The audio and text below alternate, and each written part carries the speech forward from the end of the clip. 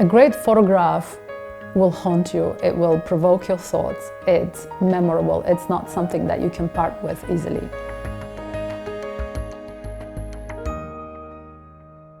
On a recent assignment for Monocle Magazine, I went to Libya, and this assignment focused on Libya beyond the headlines, daily life in the country, which is known for conflict and civil war and mostly negative coverage in the mainstream media. I work with film, not with digital, because I feel like I can slow down with film. I love the element of surprise with film. You don't know what your picture is going to be.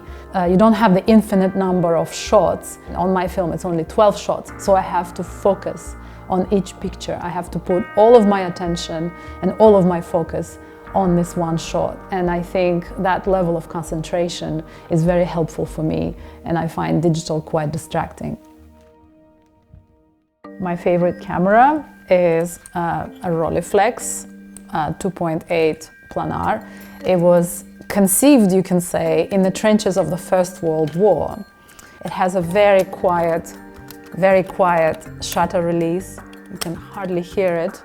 And I love it because you are looking down when you take a photograph. You're looking down, and this is a lot less intimidating for people when you're actually kneeling down rather than, you know, shoving a camera or a lens in their faces. You can also talk to a person and look on the screen and make eye contact with the person. So that helps establishing trust. People usually react with curiosity and they flood me with questions. You still working with this? What is this?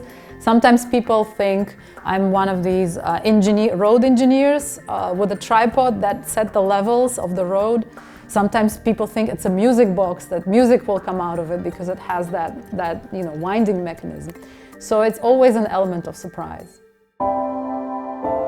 It's hard to think of a single photograph because in my mind a story consists of a series of photographs. So I can think of places that I went to where I felt most connected, such as old Medina of Tripoli.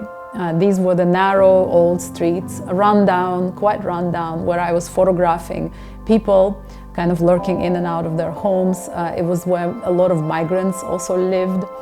And I felt like I could get lost in that city, and I felt like there was, peace in that place. Another place that I really enjoyed photographing in was the Martyrs Square. And the Martyrs Square is associated with a lot of dark history. But when I was there, I watched people sharing a moment of leisure, just going about their daily lives, posing for pictures, taking horse rides around the square. And I felt like I was invisible. They did not interfere with what I was doing, they just let me be. And again, that was the moment of peace that I shared in this iconic landmark of Tripoli.